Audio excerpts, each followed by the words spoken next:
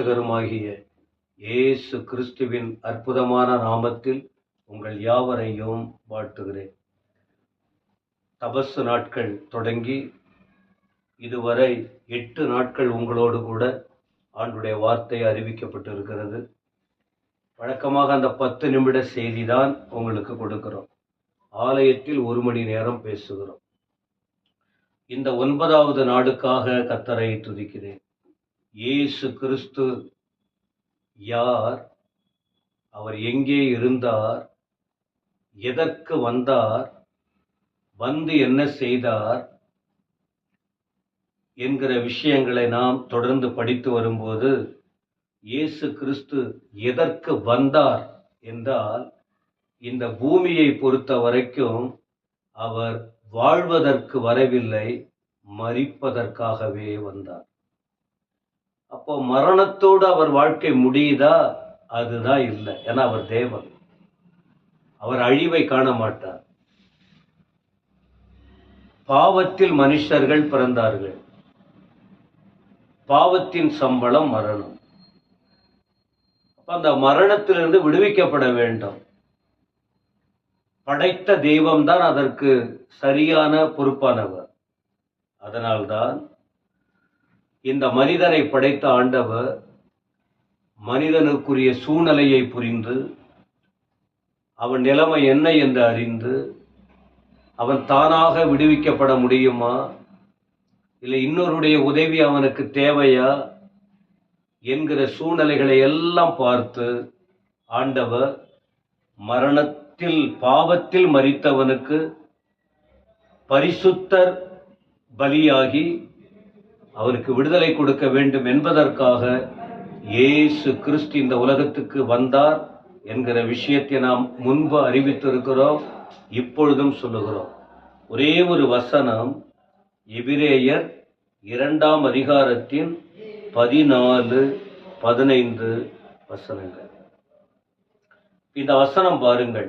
ஆதலால் பிள்ளைகள் மாம்சத்தையும் இரத்தத்தையும் உடையவர்களாயிருக்க, அவரும் அவர்களைப் போல மாம்சத்தையும் இரத்தத்தையும் உடையவர் ஆனார். மரணத்துக்கு அதிகாரியாகிய பிசாசானவனை தமது மரணத்தினாலே அழிக்கும்படிக்கும் ஜீவ காலமெல்லாம் மரண பயத்தினாலே அடிமைதனத்துக்குள்ளானவர்கள் யாவரையும் விடுதலை பண்ணும் படிக்கும் அப்படியானார். இதிலே 2 காரியங்களை கவனிக்கிறோம்.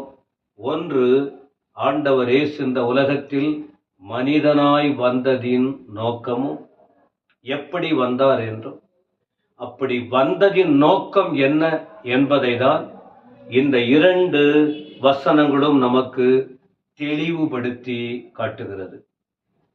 என்ன சொல்லுகிறார்? ஆதலால் பிள்ளைகள் மாம்சத்தையும் இரத்தத்தையும் உடையவர்களாயிருக்க. அப்ப பிள்ளைகள் யார்?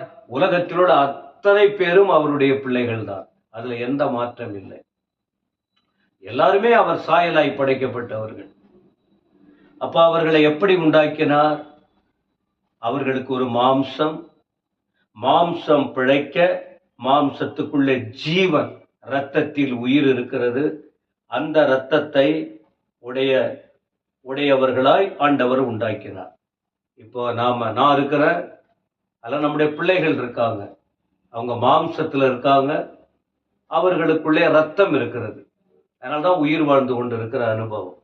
அப்ப ஏன் அவரும் அவர்களைப் போல மாம்சத்தையும் இரத்தத்தையும் உடையவரானார் என்று பார்க்கும்போது, ஆண்டவர் தெய்வீகமானவர், தேவன். பரலோகத்துல இரத்தமும் இல்லை, மாம்சமும் இல்லை. அந்த சாயலே வேற, அந்த படைப்பே வேற, அந்த தெய்வ தன்மைகளே வேற. ஏன்னா ஒரு முறை ஆண்டவர் சொன்னார், பரலோகத்துல கொள்வனையும் இல்லை, கொடுப்பதும் இல்லை. மாம்சமும் இரத்தமும் தேவனுடைய ராஜ்யத்தை சுதந்திரிக்க மாட்டாது அப்படின்னு ஒரு இடத்துல ஆண்டவர் சொல்லி இருக்கிறார். அப்ப மாம்சம் இரத்தம் பூமியை பொறுத்த வரைக்கும் தேவன் ஆரம்பத்தில் ஆதாமை உண்டாக்கும் போது மண்ணாலதான் உண்டாக்கினார். மண்ணை உண்டாக்கி ஆண்டவர் சுவாசத்தை ஊதினார், ஜீவ சுவாசம். அவன் ஜீவ ஆத்துமாவானான். அப்படி ஆத்துமாவாய் மாறின அந்த கட்டத்தில் 3 தன்மையாய் அந்த உண்டாக்குதலில் காணப்பட்டது: ஆவி, ஆத்துமா, சரீரம் என்று. அப்ப இந்த ஆவி ஆத்துமா தெய்வத்தோடு தொடர்புடையது, சரீரம் அது இரத்தத்தோடு தொடர்புடைய ஒன்று. அப்ப இந்த 3ம் சேர்ந்ததுதான் மாம்சம், ரத்தம் என்று அழைக்கப்பட்ட உலகம்.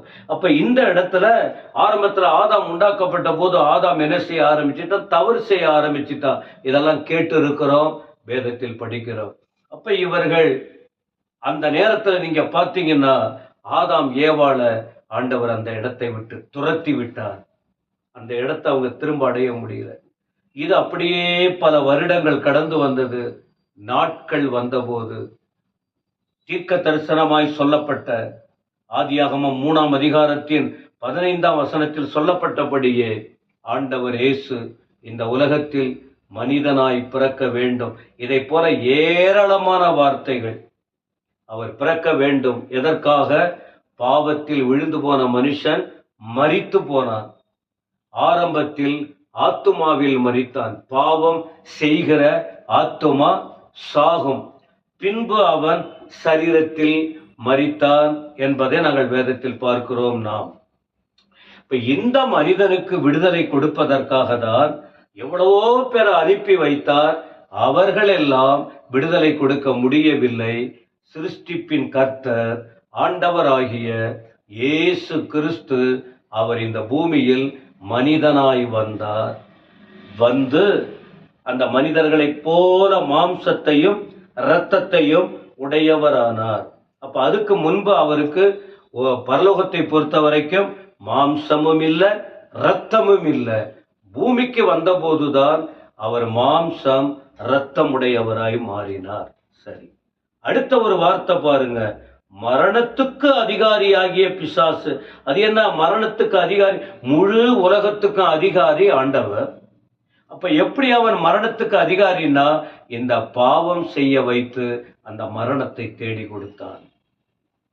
உலகத்தை பொறுத்த வரைக்கும் அவன் தற்சமயம் பூமியிலே செயல்பட்டு கொண்டிருக்கிறான். அவன் மரணத்துக்கு அதிகாரி. அப்ப ஆண்டவர் என்ன பண்ணாரு? அவனுக்கு பேரு சொல்லி இருக்கு, மரணத்துக்கு அதிகாரியாகிய பிசாசு.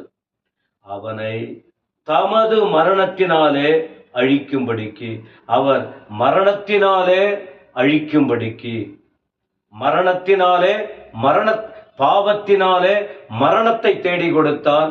அந்த மரணத்திலிருந்து விடுதலை கொடுக்க ஆண்டவர் அவர் மரணத்துக்கு தன்னை ஒப்பு கொடுத்தார். அடுத்து ஜீவ காலமெல்லாம் மரண பயம். அப்போ ஒரு மனுஷன் பாவத்துக்குள்ளே விழுந்து மரணத்தை சம்பாதித்தார். மரண வாழ்க்கையில் போகும்போது பயம், மரண பயம் அடிக்கிறது, அவளை வேதனைப்படுத்திக் கொண்டிருக்கிறது. அப்புறம் அடிமைதனம் அவர்கள் வாழ்க்கையை பிடித்து கொண்டது. இவர்களை ஜீவ காலம் எல்லாம் மரண பயத்தினாலே அடிமைதனத்திற்குள்ளானவர்கள் யாவரையும் விடுதலை பண்ணும்படிக்கு அப்படி ஆனார். ஆண்டவர் இயேசு இந்த உலகத்தில் வந்தது வாழ்வதற்காகவே அல்ல, மரித்து போனவர்களுக்கு வாழ்வு கொடுக்க அவர் இந்த பூமியில் மரிப்பதற்காகவே வந்தார். அந்த மரணத்தை குறித்த விஷயங்கள் தான் இந்த 2 வசனத்தில் படிக்கிறோம். எனக்கு அன்பானவர்களே, நீங்களும் ஒருவேளை பாவத்தினாலே மரித்து போயிருக்கலாம். உங்களை தேடி வந்த ஆண்டவர், அவர் செய்த தியாகம், அவர் தன்னை ஒப்பு கொடுத்த காரியம், அவர் நமக்காக இப்பொழுது சிலுவையில் ஆணி அடித்து விடுதலை கொடுத்திருக்கிறார். சாத்தானின் தலையை நசிக்கிறார். அதனால நீங்க அடிமைத்தனத்தில் இருக்க வேண்டிய அவசியம் இல்லை. நீங்கள் மரண பயத்தில் இருக்க வேண்டிய அவசியம் இல்லை. நீங்கள் ஜீவ காலம் எல்லாம் வேதனையோடு இருக்க வேண்டிய அவசியம் இல்லை.